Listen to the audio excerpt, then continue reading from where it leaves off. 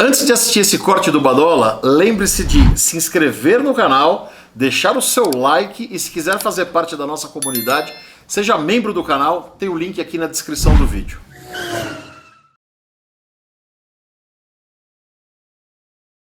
Voltando então para agosto de 87, tinha duas coisas rolando lá, que era o Opala novo, né, o Opala 88 na ponta da agulha para ser lançado e o desenvolvimento do Kadett para ser lançado no ano seguinte, né? Sim.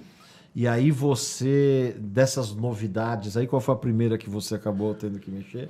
Olha, acho que a primeira que eu mais me envolvi foi no Opala. Tá. Né? Tinha um cara que foi o meu tutor e é meu amigo até hoje, amigo de coração, meu irmão de coração, que é o Fernando Rebelato, não sei se você conhece ele. Não. Não, o Fernando Rebelato ele é muito conhecido aí nesse nosso meio aí, no nosso meio, né? E o Fernando Rebelato era o cara que sentava do meu lado e começou, e ele era o responsável na época, estava acabando de fazer a suspensão 88 lá, né? Então, eu comecei a ajudá-lo a fazer uma série de medições. Então, tinha medições, por exemplo, o Opala variava muito, a hora que você balança. Imagina você que balança o carro, as rodas faziam isso aqui, ó. Tinha um movimento Tinha que era uma amplitude maior do que o normal, assim. E isso dava uma instabilidade muito grande no carro, né? Então eu ficava dentro de uma valeta de geometria, tracionando o carro de 5 em 5 milímetros e medindo quanto que variava a convergência e divergência das rodas, a cambagem das rodas, e para ver uma consistência entre um carro e outro. Isso era uma melhoria em relação ao 87 ou foi alguma alteração que teve que ser feita porque teve alguma mudança de peso, alguma coisa assim? Não, é assim. A história, mais ou menos do que eu me lembro, que eu não vivi a história inteira. O Opala tinha, desde a linha 80, da reformulação da suspensão em 80 até 87, tinha algumas reclamações do carro. Na hora que você fazia a curva, ele adernava demais, estabilidade, andar em linha reta, ele era muito instável. Então, o que fizeram? Fizeram uma suspensão nova para o Opala. Então, era suspensão e direção.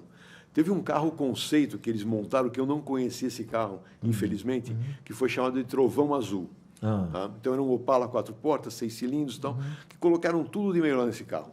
Umas molas mais fortes, um amortecedor pressurizado, fizeram um monte de coisa nesse carro e mostraram para a diretoria de engenharia, olha o que dá para ser feito aqui. Os caras, pô, bacana isso aí, vamos fazer isso aí então. Então, daquele carro... E parava no custo. Daquele carro saiu a suspensão 88, basicamente. Entendi. Então, mudou barramento de direção, mudou mola, mudou pivô, mudou uma série de coisas na suspensão como um todo. Não mudou tudo que tinha no Trovão Azul, porque o Trovão tinha algumas coisinhas a mais. Tinha diferencial blocante, entendeu? Então, tem algumas coisas a mais. Mas o conceito foi aquele. Entendeu? Sabe uma coisa que o Opala nunca teve? Eu tive dois Opel, tive um Opel Record 70 e um Opel Commodore 68, né? Que é a carroceria que veio para o Opala. E os dois já tinham o cardan bipartido. E o cardan bipartido ele diminui a trepidação, não sei o que tal. A grande vantagem dele diminui o ruído interno. Diminui o ruído interno e também a chance de trepidação um pouco menor, porque ele tem duas metades. Isso, né? E no 88 entrou esse cardan. No 88 que entrou o bipartido, né? Exato. No 88 entrou esse bipartido. Eu cheguei a fazer testes de abusivo do cardan bipartido. O teste abusivo era assim, você pegava um Opala 6 cilindros, carregava ele, parava ele, acelerava, pé na embreagem e simplesmente tirava o pé do lado assim. Soltava de uma vez. Soltava com o motor no torque máximo, você soltava de uma vez. Vê se o brasejos aguentava. Aí vinha aquele torque inteiro e vê se o cardan não torcia. Então você vai fazendo testes até chegar num que não torce. E você ganhava para fazer isso ainda? Ganhava. Não ganhava muito, não, mas ganhava. Mas ganhava. Tem gente que pagaria para poder fazer isso com os carros, né? Você tem uma ideia, no fim do dia, o pedal da embreagem do Opala vinha parar aqui em cima. Ia subindo. Porque ele ia subindo, porque ele ia dando tanta batida no batente aqui, que o batente vinha entortando e subindo. Você tinha que voltar o batente para baixo lá. Gerson, vem cá. Em 1988, para essa linha 88, né? Foi um facelift muito feliz da linha Opala, né? Você pega os Diplomata 85, 86, 87, com aquele pisca integrado quadradão, tal, ele é meio carregado já em termos de design, né? E em 88 ele ganhou aquela cara meio de Senator, assim, ele foi muito feliz assim, em termos de design, né? Foi. Duas perguntas. Quem era o chefe de design nessa época? Porque na GM a gente nunca... Por exemplo, a gente fala da Chrysler, tinha o Celso Lamas, não sei o que e tal. Quem era o cara do design Eu lá? não lembro, eu acho que era o Finnegan, mas eu não tenho certeza. Eu não tinha no campo de prova a gente não tinha contato com esse pessoal de design, né? Eu acho que era o Finnegan, que era o diretor de design aqui no Brasil, mas eu não tenho certeza. Legal. E a outra coisa é assim, em 88 o Opala já era um carro com 20 anos, né? Era engraçado que a gente adorava o Opala, né? A gente teve vários nessa coisa, a gente gostava muito e tal. Mas o sonho de consumo do brasileiro de classe média não era o Opala, era o Monza, né? Tanto que o Monza SLE 2.0 custava mais que um Commodoro. O Diplomata custava mais que o Classic, mas o Monza SLE custava mais que o Commodoro. E muita gente via já como um carro mais ultrapassado, não sei o que e tal. Como que o Opala era visto dentro da GM em 88? Era como um negócio muito legal ou já era como um carro meio em fim de ciclo? Não, era um carro legal. Era um carro legal. Era um carro legal. Era um carro que todo mundo queria. Todo mundo queria ter. Todo mundo queria ter. Quem pudesse levar para casa para passar coisa que gostava de Opala, né? Era um carro legal. Essa era a visão que eu tinha. Eu não me conformava do cara comprar um Monza SLE e não comprar um Commodore. Não. Eu lembro que nessa vez desses testes aí eu tinha uma Caravan, era uma Caravan preta, 6 cilindros, automática. Até lembro até o nome dela, é 8V312, que era o código dela de engenharia. Né? Caramba! Meu, todo mundo queria esse carro, cara. Porque era uma Diplomata preta, ar-condicionado, era um carro sensacional. Legal demais, né? Muito legal. Teve um teste da Quatro Rodas que eles colocaram os carros mais top da indústria para rodar em Interlagos, sei lá, 24 horas. Deixaram lá os pilotos trocando e tal, né? E aí puseram lá GTI, XR3, não sei o que, tal. Um dos melhores tempos que foram feitos, uma das melhores performances, foi uma Caravan Diplomata. E teve carro que trocou 10, 12 pneus, a Caravan não trocou nenhum. Então, nesse teste da 4 horas, acho que foi, não sei se foi 25 horas ou 30 horas em Interlagos, foi isso? Eu acho que isso, exatamente. Eu tive lá, eu fui um dos engenheiros de boxe. Era eu e o Fiaming, que era o outro cara também que trabalhava comigo, o Zé Ricardo Fiaming, que foi meu supervisor quando eu entrei nesse desenvolvimento. E nós dois ficamos revezando como engenheiro nas 24 horas, 25 horas que foi o teste. Eu fiquei de dia e o Fiam ficou à noite. E, os pilotos todos, Fabinho, Paulão, Ingo, eles eram loucos para pegar aquela Caravan. A Caravan é muito melhor que qualquer outra coisa. Né? Aí começou assim, a organização, não, tem que andar mais devagar. O que eles faziam à noite? Eles apagavam o farol da Caravan, eles faziam o miolo todo do circuito antigo, né, que era faziam tudo apagado. No escuro, Aí chegavam na junção, paravam, esperavam dar o tempo para passar na reta. Para passar na reta. Fazer o tempo. Mas o miolo todo, cara, eles tinham feito do jeito que E mesmo assim dava. a Caravan não trocou pneus, GTI trocou 12, 13 A Caravan só pneus. fizeram um rodízio de pneus, se eu não me engano. Só trocou da frente para trás, alguma coisa assim. Puta, que legal, né? Foi Que bacana legal. esse teste. Muito bom. E aí, a outra coisa que estava rolando era o lançamento do Cadete. Vocês deviam estar com os... Aí pré-sérios, na verdade, ainda estava na fase de protótipo, do Cadete. Eu entrei lá e eram os protótipos que estavam rodando, fazendo o teste, tanto do Cadete, SL, SLE, quanto do GS, que era o 2 litros carburado ainda, isso. 8 válvulas, né? E tinha já também algumas Ipanemas também, já tinha lá, tinha as peruas também. Então na época tinha... Um protótipo. Tinha, acho que para desenvolvimento tinha 5 ou 6 carros, e tinha mais 5, 6 carros para durabilidade, mais meia dúzia de carro para desenvolvimento de motor. Quer dizer, ao todo a frota de cadete eram uns 20 carros ali para fazer todo o desenvolvimento. Todo o desenvolvimento. Os testes de desenvolvimento. Isso, todinho. Muito legal. E um outro carro que eu acho que é um grande injustiçado quando o pessoal fala de carro dos anos 80 e tal, que era um carro muito legal, mas não caiu tanto no gosto aí do pessoal que coleciona esses carros, era o Monza SR, né? O Monza SR estava no seu penúltimo ano, carro super bem acabado, com interior super bacana, não sei o que e tal. E Em 87 veio o motor 2.0, até então era 1.8, Isso. né? Depois veio o 2.0 e em 88 veio o mais caprichadinho com as lanternas igual de Classic e tal. Você chegou a fazer alguma coisa nesses Monza SR, não? No Monza SR, eu lembro que quando eu cheguei lá já estava praticamente pronto, toda essa parte de desenvolvimento já tinha acontecido. Então eu fiz muito pouco, mas a gente tinha um programa de exportação para a Venezuela, né? Que era o Monza SR, já era com injeção, já era injeção multiponto, né? E aí tinha que fazer uns testes de lama. Tá. Tá? Aí quem que pega para fazer o teste Você. de lama? O cara novo, né, meu? Não vai pegar o cara velho fazer um teste de lama, né? Aí não, tem que ir lá fazer o teste de lama, aí você tem que ir lá. Aí tem no campo de provas tem uma valeta, que aí você pede para manutenção, eles vão lá, joga a terra, joga a água, prepara a lama e tal, e aí você vai e passa com o carro, né? E aí tem uma série de coisas que você tem que verificar depois do vem cá, resultado. e por que estava fazendo esse teste de lama com o Monza Venezuela? O que ele tinha de diferente do outro? Ele tem a injeção. por conta da injeção. A injeção, que aqui ainda não tinha. E a lama era o quê? Para ver se... Era um teste que fazia parte do protocolo. Do protocolo. Tá. Teste de lama, teste de água, tem uma série de testes que faz parte de todos de desenvolvimento. Aí pega aquele cara que acabou de entrar aqui e manda ele fazer o teste de lama. É quase que um trote, né? Aí eu fui lá, entrei no meio da lama, não chamei ninguém de suporte, não chamei nada. Mas não andei 20 metros na lama, o carro parou, né? Aí estou eu dentro do carro, só lama de fora. E por que parou? Entrou água, entrou Entrou lama no sistema de injeção lá e o carro Caramba. parou. Bom, enfim, aí eu tonto aqui, regaço as calças, tiro o sapato, tira tudo e sai andando no meio da lama. Da lama e deixou o Monza largado lá. E vai buscar suporte, né? No meio da fazenda lá, né? Gerson, deixa eu perguntar um negócio. Esse assunto do Monza venezuelano é um assunto meio polêmico, porque em 89 a GM trouxe de volta 550 carros mais ou menos que estavam na Venezuela, né? E esses carros vieram oficialmente como devolução de exportação. Mas esse carro, não sei o quanto você tem essa informação, porque você estava lá em Indaiatuba, né?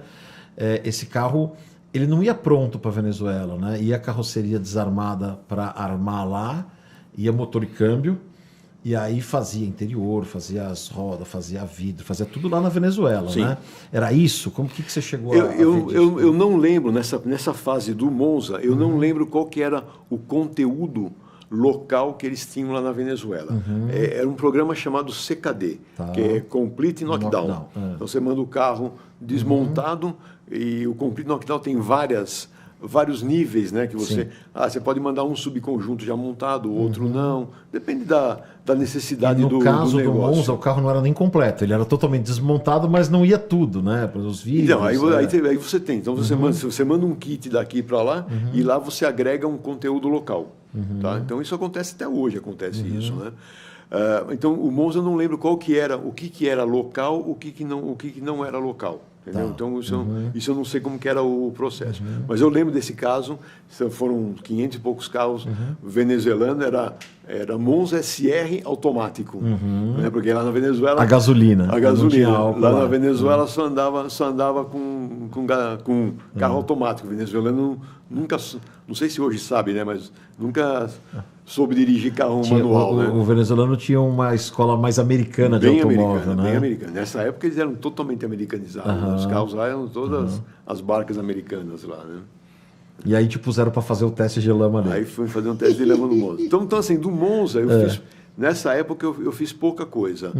Aí fiz alguns testes de pneu, fiz algumas coisas a partir daí, né? Mas era um carro que estava pronto e tal. Agora o Cadete não. O Cadete você pegou desde a Gênese. O Cadete, assim, os engenheiros principais lá do Cadete era o Fian, que era o supervisor nessa área de desenvolvimento, o Otávio Sarmento, que trabalhou, depois ele saiu da GM, ficou muito tempo na Auto Sport, até hoje é meu amigo também, mora lá em Campinas. Eles eram os dois engenheiros principais de desenvolvimento geral, né? E eu estava ali junto com eles aprendendo. Então, olha, tem esse teste para fazer, Gerson, me ajuda aqui. Então, eles me ensinavam qual que era o teste para fazer e eu ia lá e executava. Algumas coisas eles me passavam a responsabilidade. É aquele negócio, você vai treinando um aprendiz, né? Você vai dando mais coisa. Olha, ele soube fazer isso, então dá mais coisa para ele fazer. E você, nessa época, estava feliz pra caramba, Nossa, né? Mexendo com o carro, testando o carro, Deus não sei o que céu, tal. Não tinha o que reclamar, né? E você ficou em Indaiatuba até quando? Em Indaiatuba, Bom, nessa área de desenvolvimento geral, eu fiquei praticamente 9 anos. Caramba. Tá? Então eu entrei lá como engenheiro, como técnico júnior e fui nessa área até engenheiro sênior. Até 96. Isso. Até 96, Tá. isso. Aí em 96 eu fui promovido para gerente, então eu passei a gerenciar uma área de durabilidade, aí fui para durabilidade e operações do campo de Durabilidade foi a outra opção que tinham te dado, provas. Isso, né? mas já tinha mais conhecimento, né? Aí então fui gerenciar essa área e daí eu comecei a minha carreira gerencial dentro da GM, entendeu? Então até em 96 eu fui promovido, fiquei lá até 98. Aí em 98 me trouxeram para São Caetano para uma área de planejamento. Então você chegou em São Caetano em 98. Primeira vez. Tá. Aí fiquei um ano só. Aí voltei para o campo de provas, porque aí estava tendo o Corsa C. Tá. Tá? Aí teve o Corsa C, aí me colocaram então como gerente de desenvolvimento geral do Corsa. Tá. Aí eu fiz todo o Corsa, toda a Montana.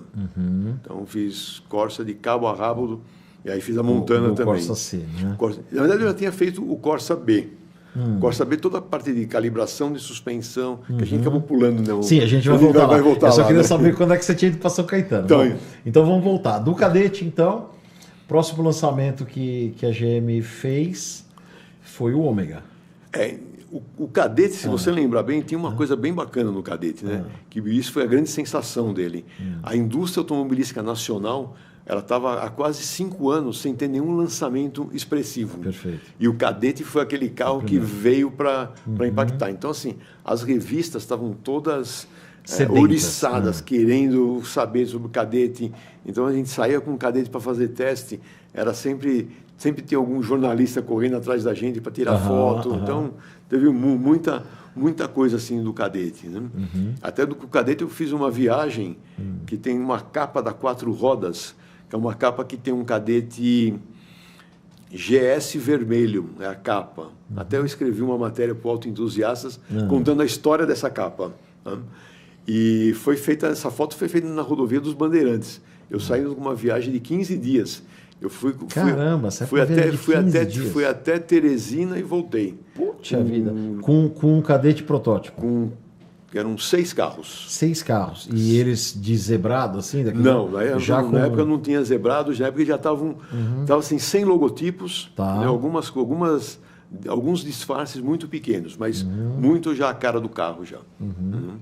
E aí vocês foram até Teresina e voltaram? Foram. Puxa vida. Aí era assim... E algum BO grande nessa estrada? Teve até uma junta de cabeçote queimada, que a gente trocou essa junta de cabeçote na balsa de Itaparica. Caramba! Teve de tudo. Teve um BO com...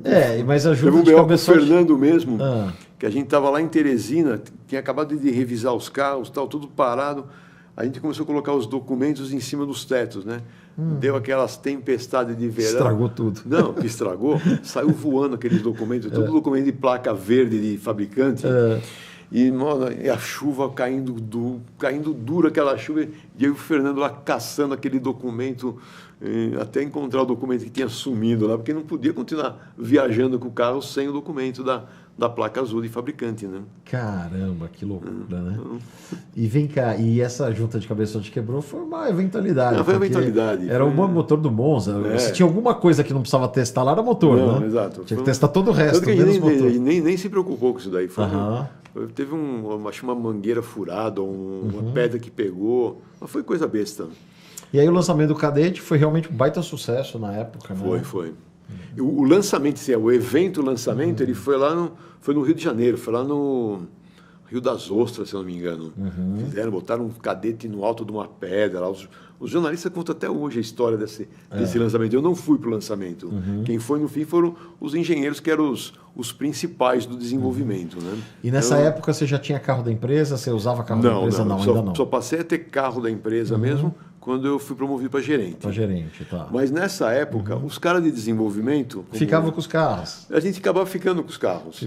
Parte do desenvolvimento é ir para casa para ver se chega direito. Parte do desenvolvimento, existia uma malandragem também. Não, eu tenho que avaliar esse banco aqui hoje, então eu preciso andar 1 hora com esse carro. Então, chefinho, eu vou com o carro para casa hoje para avaliar o banco. Tá? Aham. Então, existe Claro. assim, aquela coisa que você estava fazendo o trabalho, estava entregando e tinha aquela colaboração do chefe. E o né? cadete era bom de usar os primeiros, né? Era gostoso, né? era gostoso, era gostoso. E era legal que você andava com esse cadete na rua, todo mundo olhava, porque ele era muito diferente, as Principalmente formas os GS, dele. né? Os GS até hoje chamam Até muita hoje, atenção. Até né? hoje, até hoje.